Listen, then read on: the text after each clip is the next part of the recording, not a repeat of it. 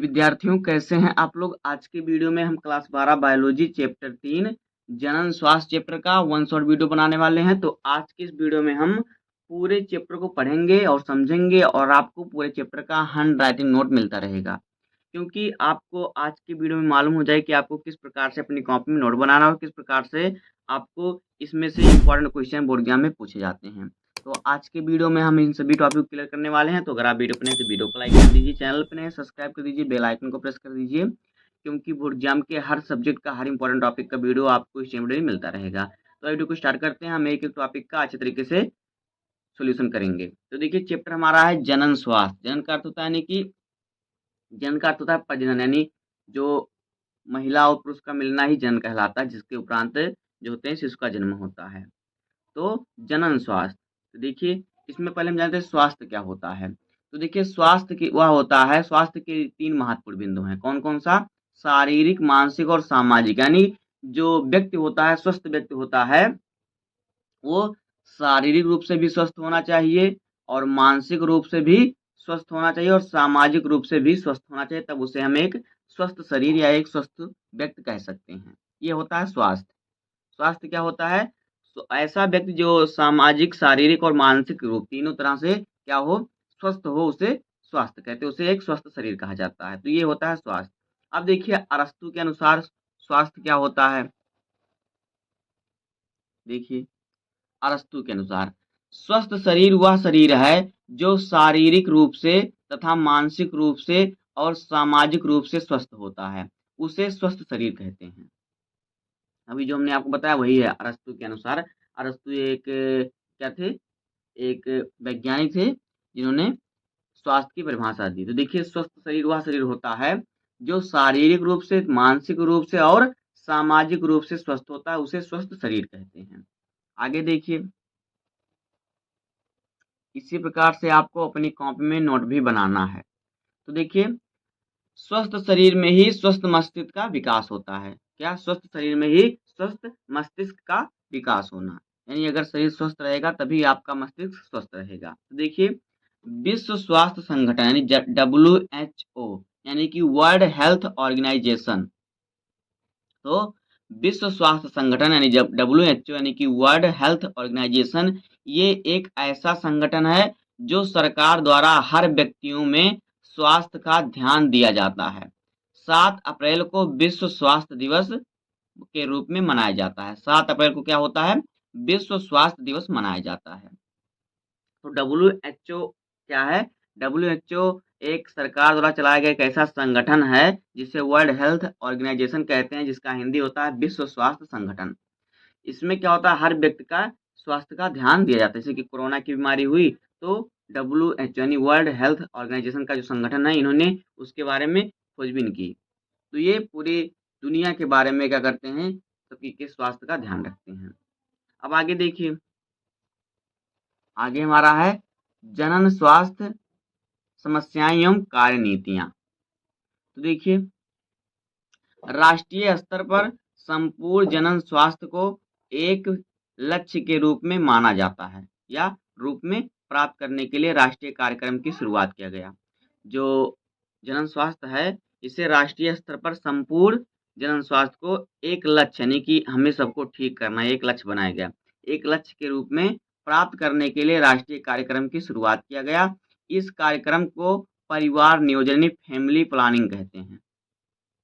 आपको पूछ सकता है बोर्ड एग्जाम में कि परिवार नियोजन किसे कहते हैं। तो आपको लिखना है राष्ट्रीय स्तर पर संपूर्ण जनन स्वास्थ्य को एक लक्ष्य के रूप में प्राप्त करने के लिए राष्ट्रीय कार्यक्रम की शुरुआत की गई। इन कार्यक्रम को ही परिवार नियोजन कहते हैं। इसकी शुरुआत 1951 में हुई। जनन एवं बाल स्वास्थ्य सेवा कार्यक्रम के अंतर्गत जनन, आगे देखिए,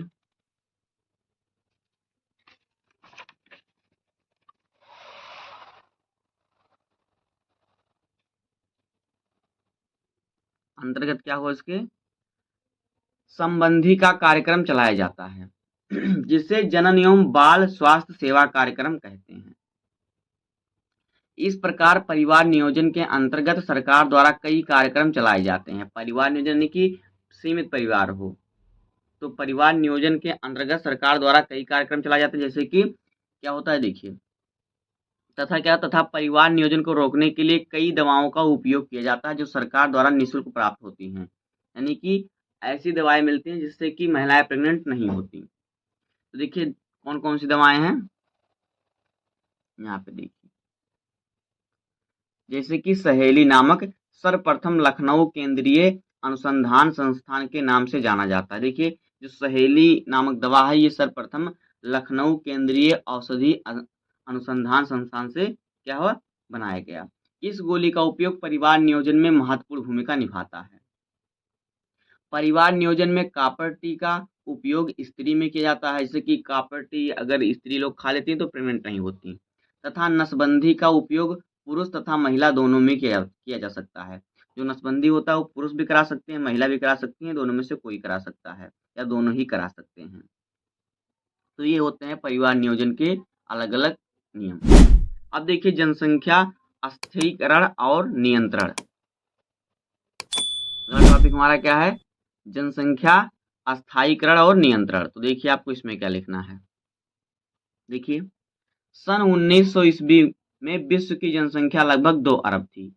1900 ईस्वी में पूरे विश्व की जनसंख्या कितनी थी? 2 अरब थी। लेकिन 2001 के अनुमान आंकड़े के आधार पर भारत की जनसंख्या, केवल भारत की जनसंख्या 1 से 2 करोड़ हो गई। 1 से 2 करोड़ से अधिक हो गई। देखिए 1900 में पूरे विश्व की जनसंख्या 2 अरब थी, लेकिन 2001 के जब 1 में गणना किया गया तो सिर्फ भारत की जनसंख्या 1 से 2 करोड़ से अधिक हो गई। उसके बाद देखिए 2011 में बढ़कर भारत की जनसंख्या 121 करोड़ हो गई। इस प्रकार भारत की जनसंख्या सबसे तीव्र गति से बढ़ रही है। जो भारत की जनसंख्या है इस प्रकार से सबसे तीव्र गति से बढ़ रही है। आगे देखिए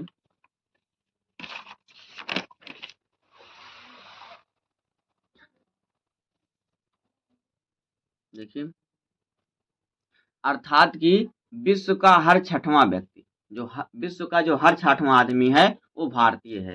यानी अगर विश्व के 6 आदमी खड़े हैं तो 5 आदमी बाकी दुनिया के सभी देशों के हैं, 1 आदमी भारत का है क्योंकि भारत की जनसंख्या इतनी अधिक है। इसका कारण है मृत्यु दर में तीव्र गिरावट यानी मृत्यु दर में कमी और जन्म दर में तीव्र वृद्धि। भारत सरकार परिवार को सुखी बनाने के लिए अनेक पोस्टर एवं पर्चे लगवाते हैं, जैसे कि छोटा परिवार सुखी परिवार, हम दो हमारे दो का नारा प्रदर्शित किया जाता है। इस प्रकार देखिए इस प्रकार विवाह की वैधानिक आयु स्त्री के लिए 18 वर्ष तथा पुरुष के लिए 21 वर्ष सुनिश्चित किया गया है सरकारी कानून में कि अगर लड़की 18 वर्ष से अधिक हो तो उसकी शादी करना हो, पुरुष जो है 21 वर्ष से अधिक होना चाहिए। अब देखिए परिवार नियंत्रण क्या होता है। तो देखिए परिवार नियंत्रण क्या होता है। भारत सरकार विभिन्न प्रकार के परिवार नियंत्रण के लिए विधियों का उपयोग किया जाता है। परिवार नियंत्रण मतलब कि परिवार को सीमित रखना, परिवार को कम कराना। तो परिवार नियंत्रण क्या होता है, भारत सरकार ने विभिन्न प्रकार के परिवार नियंत्रण के लिए विधियों का उपयोग किया, जैसे कि कॉपर टी। कॉपर टी एक दवा है जो मुंह से लेने वाली गोलियां हैं, यानी मुंह से खाया जाता है गोली, तथा टीके के रूप में भी इसका प्रयोग होता है कॉपर टी का। ये सभी क्या होता है, अगर महिलाएं कॉपर टी खा लेंगी तो प्रेग्नेंट नहीं होंगी। उसके बाद देखिए जो कॉपर टी है इसे इंजेक्शन के द्वारा भी शरीर में लगाया जाता है। इस प्रकार अनेक बैरियर लगाए जाते हैं जो काफी सफल रहा है। अनेक दवाएं हैं जो सफल हैं जिससे परिवार नियंत्रण किया जा सकता है। आगे देखिए क्या है, बंध्याकरण यानी जिसे हिंदी भाषा में कहते हैं नसबंदी। तो देखिए क्या होता है, बंध्याकरण यानी नसबंदी शल्य क्रिया विधियों द्वारा कम स्थान के लिए नसबंदी का उपयोग किया जाता है जो पुरुषों तथा स्त्रियों दोनों के लिए होता है। देखिए शल्य क्रिया विधियों द्वारा यानी कि शल्य क्रिया यानी जो चिकित्सीय क्रिया होती है डॉक्टरों के द्वारा इस विधि का उपयोग किया जाता है। इसका क्या होता है, देखिए जो पुरुषों तथा स्त्रियों दोनों के लिए होता है। बंध्याकरण प्रक्रिया के लिए पुरुषों की शुक्रवाहक नलिका को काट दिया जाता है। जो पुरुषों में शुक्रवाहक नलिका होता है जिससे शुक्राणु बाहर निकलते हैं, वह नलिका काटकर अंदर उसे बांध दिया जाता है जिससे कि शुक्राणु बाहर नहीं निकल पाते, उसी नलिका में रह जाते हैं, जिससे महिला प्रेग्नेंट नहीं होती। तो ये एक हो गया, ये नसबंदी हो गया पुरुष का। अब देखिए महिला की नसबंदी कैसे होती है।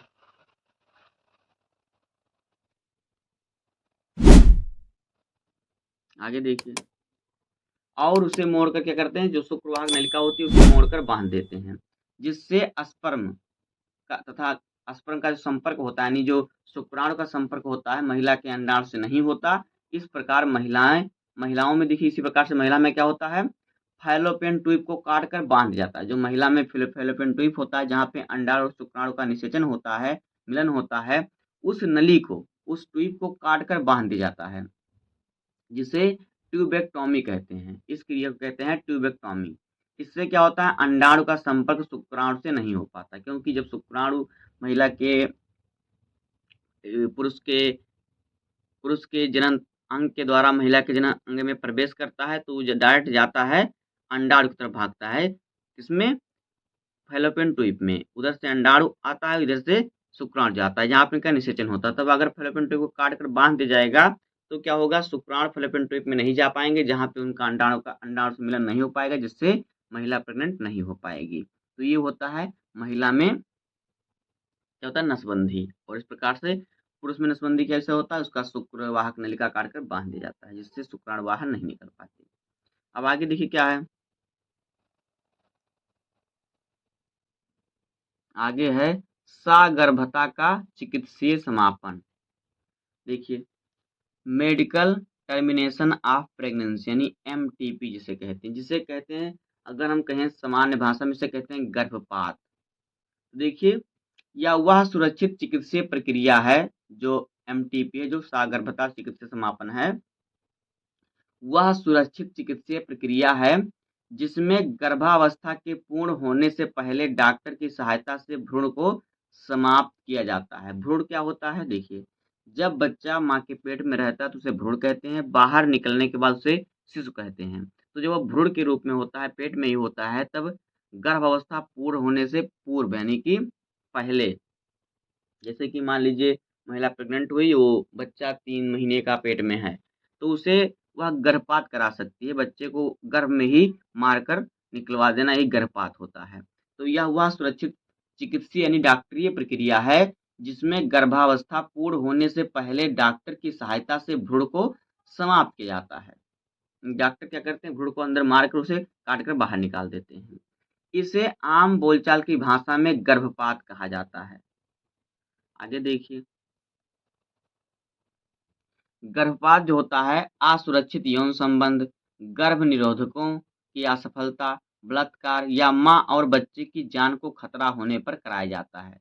देखिए, गर्भपात क्यों लोग कराते हैं, असुरक्षित यौन संबंध, जैसे कि गर्लफ्रेंड बॉयफ्रेंड हैं और फिर गर्लफ्रेंड प्रेग्नेंट हो गई, शादी नहीं हुआ है, तो क्या करेंगे, ये जो उनका प्रोटेक्शन है कार्य नहीं किया, तो असुरक्षित यौन संबंध, यानी कि वो प्रेग्नेंट हो जाएगी, तो उसके लिए क्या होता है, गर्भपात कराया जाता है। गर्भ निरोधकों की असफलता, जैसे कि कोई माता पिता है, बच्चे नहीं चाहते, और वो क्या, उनकी जो वाइफ है प्रेग्नेंट हो गई, तो क्या करते हैं, जैसे कि उन्होंने उनकी दवा उन्होंने लिया, वो दवा असफल रहेगी, और फिर जो गर्भ निरोधक दवा है वो असफल रहेगी, और माँ जो उसकी वाइफ है प्रेग्नेंट हो गई, तो क्या होगा, तब इस अवस्था में क्या होता है, गर्भपात कराया जाता है। बलात्कार, जैसे कि यौन उत्पीड़न हो गया किसी का, और वो लड़की प्रेग्नेंट हो गई, तो इस अवस्था में गर्भपात कराया जाता है। जैसे कि कोई महिला प्रेग्नेंट हो गई, अगर बच्चे और माँ के बीच में खतरा है, तो माँ को बचाने के लिए क्या होता है, गर्भपात कराया जाता है, बच्चे को गर्भ में ही मारकर उसे काट-काट कर बाहर निकाल देते हैं, ये गर्भपात होता है। अब आगे देखिए, यौन संक्रमण, यौन संचारित संक्रमण, जिसे कहते हैं यौन संचारित रोग भी कहते हैं। तो देखिए, वह रोग जो मुख्य रूप से संक्रमित व्यक्तियों के साथ यौन संपर्क द्वारा फैलते हैं, वह यौन संचारित रोग होते हैं, जैसे एसटीडी या फिर यौन संचारित संक्रमण, एसटीआई कहलाता है। देखिए, वह रोग जो मुख्य रूप से संक्रमित व्यक्तियों के साथ यौन संपर्क द्वारा फैलते हैं, जैसे आप किसी के साथ सेक्स कर रहे हैं, तो वह अगर आपको रोग फैल रहा है, तो वो होता है यौन संचारित रोग, यानी जो यौन क्रिया के द्वारा फैलता है। तो इसे कहते हैं क्या, यौन संचारित रोग या फिर यौन संचारित संक्रमण। जैसे कि देखिए, कौन-कौन से रोग है, देखिए, गोनोरिया क्या है, और फिर क्या है, सिफिलिस, जनन अंग हर्पीज, जनन अंग मस्से, हेपेटाइटिस बी और एड्स। तो एड्स जो है बहुत खतरनाक बीमारी है। जननांग मस्से जो होता है, जनन अंग पर मस्से निकल जाते हैं बड़े बड़े टाइट टाइट दाने की तरह। तो इस प्रकार से ये कई बीमारी हैं, यौन संचालित रोग जो हैं, तो ये सभी हैं। देखिए गोनोरिया, सिफिलिस, जनन आंग हर्पीज, जनन आंग मस्से, हेपेटाइटिस बी और एड्स, ये सभी क्या है, यौन संचालित रोग हैं। आगे देखिए, इन सभी एक-एक रोगों का भी हमने वीडियो बना के डाल दिया है कि कौन से रोग का बचाव कैसे करें, कौन सा रोग फैलने का कारण क्या है, तो वहाँ से आप देख सकते हैं वीडियो को। लेकिन बोर्ड एग्जाम में आपको इसी प्रकार से पूछता है। अब देखिए लक्षण क्या हैं, यौन संचालित रोग के लक्षण क्या हैं, देखिए जनन अंगों में खुजली या जलन, असामान्य स्राव, पेशाब करते समय दर्द, जनन अंगों पर घाव या मस्से, बुखार और कमजोरी, प्रतिरक्षा तंत्र का कमजोर होना। जो प्रतिरक्षा तंत्र का कमजोर होना जो ये लक्षण है, ये एड्स में होता है। बाकी देखिए जनन अंगों पर खुजली या जनन अंग पर क्या होता है, स्राव, यानी जनन अंग पर स्राव यानी कि जनन अंग से क्या ब्लड बाहर आए, पेशाब करते समय दर्द या जलन, तो ये सभी क्या हैं, ये सभी जो हैं ये यौन संचालित रोग के लक्षण हैं। अब देखिए इसका रोकथाम कैसे किया जाता है। देखिए पहला है सुरक्षित यौन संबंध, यानी सुरक्षित यौन संबंध बनाएं। जब जब किसी के साथ संपर्क करें तो कंडोम का प्रयोग करें। तो इससे आप क्या कर सकते हैं, बीमारी से, यौन संचालित रोग से बच सकते हैं। एक ही विश्वसनीय साथी के साथ संबंध बनाएं, यानी बहुत लोगों के साथ संबंध नहीं बनाना है, आपको एक विश्वसनीय साथी के साथ ही संपर्क बनाना है।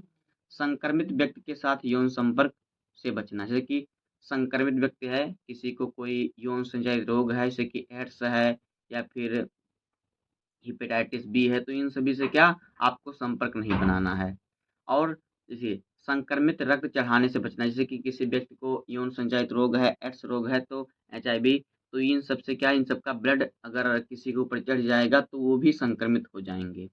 सुई, सिरिंज आदि का साझा ना करना, किसी यौन संचालित व्यक्ति को अगर सुई लगी हुई, इंजेक्शन लगा हुआ, वही इंजेक्शन अगर आपको लग गया तो आपको भी क्या रोग हो जाएगा। हेपेटाइटिस बी का टीकाकरण करवाना, देखिए हेपेटाइटिस बी जो होता है ये क्या होता है, यौन संचालित रोग में बहुत ही फायदा करता है, इसका टीकाकरण करवाना चाहिए। उसके बाद देखिए क्या है, वंध्यता। तो देखिए वंध्यता क्या है, अब हम इसको पढ़ लेते हैं। देखिए देखिए वंध्यता वह स्थिति है जिसमें कोई दंपति नियमित और असुरक्षित यौन संबंध के बावजूद लंबे समय तक गर्भ धारण करने में असमर्थ होता है। देखिए आप लोग अपने गांव में घर के आसपास देखते होंगे, बहुत लोग की शादी हुए 15 से 20 साल हो जाता है लेकिन वो कभी माँ नहीं बन पाती। तो देखिए वंध्यता वह स्थिति है जिसे कहते हैं, हम हिंदी भाषा में अगर गांव गांव की भाषा में कहें, इसे कहते हैं बांझपन, जिससे बच्चे नहीं पैदा होते उन्हें बांझपन कहते हैं। तो वंध्यता वह स्थिति है जिसमें कोई दंपति, दंपति का अर्थ होता है जोड़ा, जैसे कि पति पत्नी का जोड़ा, तो वह दंपति जो नियमित यानी डेली और असुरक्षित यानी कि बिना किसी सुरक्षा के, बिना किसी प्रोटेक्शन के यौन संबंध बनाने के बावजूद भी लंबे समय तक गर्भधारण करने में असमर्थ होते हैं, लंबे समय तक क्या होते हैं, प्रेग्नेंट नहीं हो पाती।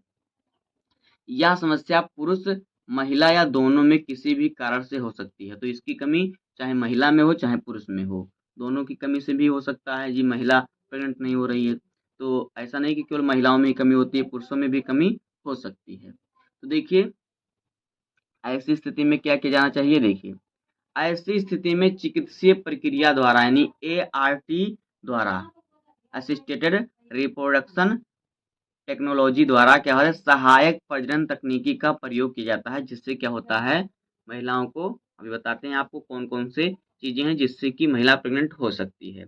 तो अगर ऐसे कोई है तो उन्हें कैसे क्या करना चाहिए, इस स्थिति में उन्हें चिकित्सीय प्रक्रिया द्वारा ART यानी कि असिस्टेड रिप्रोडक्टिव टेक्नोलॉजी यानी सहायक जनन तकनीकी का प्रयोग किया जाना चाहिए, करना चाहिए। देखिए इस तकनीकी में क्या होता है, देखिए तकनीकी कई प्रकार की होती है। तो देखिए पहला क्या है, पहला हमारा है IVF। IVF तकनीकी क्या होती है, जिसका जो फुल फॉर्म होता है इन विट्रो फर्टिलाइजेशन। तो देखिए इस विधि में क्या होता है, इस प्रक्रिया में अगर आप आईवीएफ करवा रहे हैं, किसी को बच्चे नहीं हो रहे हैं, तो आईवीएफ तकनीकी के द्वारा क्या बच्चे उनको हो सकते हैं। तो देखिए आईवीएफ इन विट्रो फर्टिलाइजेशन क्या होता है, इस विधि में क्या होता है, परख नली शिशु तकनीकी इसे कहते हैं। आईवीएफ को कहते हैं परख नली शिशु तकनीकी। देखिए इसमें क्या होता है, इस विधि में स्त्री के अंडाणु और पुरुष के शुक्राणु को निषेचित किया जाता है। देखिए ऐसी स्थिति में क्या होता है, जो महिला होती है, महिला का अंडाणु और पुरुष के शुक्राणु को प्रयोगशाला में गर्भ गर्भ जितना जितना तापमान गर्भ का होता है, उसी तापमान पर प्रयोगशाला में क्या करते हैं, निषेचित करा दिया जाता है। देखिए क्या होता है, देखिए स्त्री के अंडाणु और पुरुष के शुक्राणु को निषेचित किया जाता है। यह क्रिया शरीर के बाहर प्रयोगशाला में कराया जाता है। प्रयोगशाला में होता है, लेकिन गर्भाशय यानी कि जो महिला का गर्भाशय होता है, जितना गर्भाशय का तापमान होता है, उसी तापमान पर प्रयोगशाला में उसे निषेचित कराया जाता है। निषेचित कराने के बाद क्या होता है, देखिए इसके बाद बने भ्रूण को स्त्री के गर्भाशय में स्थापित कर दिया जाता है। इसके बाद क्या होता है, देखिए इसके बाद जब वो निषेचित अंडा हो जाता है, भ्रूण के रूप में वो बन जाता है। जब अंडा और शुक्राणु मिल जाते हैं तो भ्रूण का रूप हो जाता है। तो वो जब उस भ्रूण को क्या करते हैं, महिला के गर्भाशय में चिकित्सीय तकनीकी के द्वारा स्थापित कर देते हैं, यानी डॉक्टरों द्वारा उस भ्रूण को महिला के गर्भाशय में स्थापित कर देते हैं। उसके बाद वहीं पर शिशु का विकास होता है और जब 9 महीने का समय पूरा होता है तो बच्चे का क्या होता है, प्राकृतिक रूप से बच्चे का जन्म होता है। देखिए आप इसका एक समझ सकते हैं सरल तरीके से फार्मूला। देखिए पहले क्या करते हैं, अंडाणु और शुक्राणु को प्रयोगशाला में निषेचित कराते हैं। अंडाणु और शुक्राणु को क्या करें, प्रयोगशाला में निषेचित कराया गया। उसके बाद उसको क्या करते हैं, वो भ्रूण बन गया। अब उस भ्रूण को गर्भाशय में गर्भाशय में स्थापित किया जाता है। उसके बाद समय पूरा होने के बाद शिशु का जन्म होता है। तो ये होता है आईवीएफ यानी इन विट्रो फर्टिलाइजेशन में ये होता है। तो ये भी बंध्यता से निपटने का एक क्या है, एक सॉल्यूशन है। बंध्यता जिसके बच्चे नहीं हो रहे, जिसको बांझपन है, वो इस तकनीकी से बच्चे पैदा कर सकते हैं। उसके बाद देखिए दूसरा क्या है,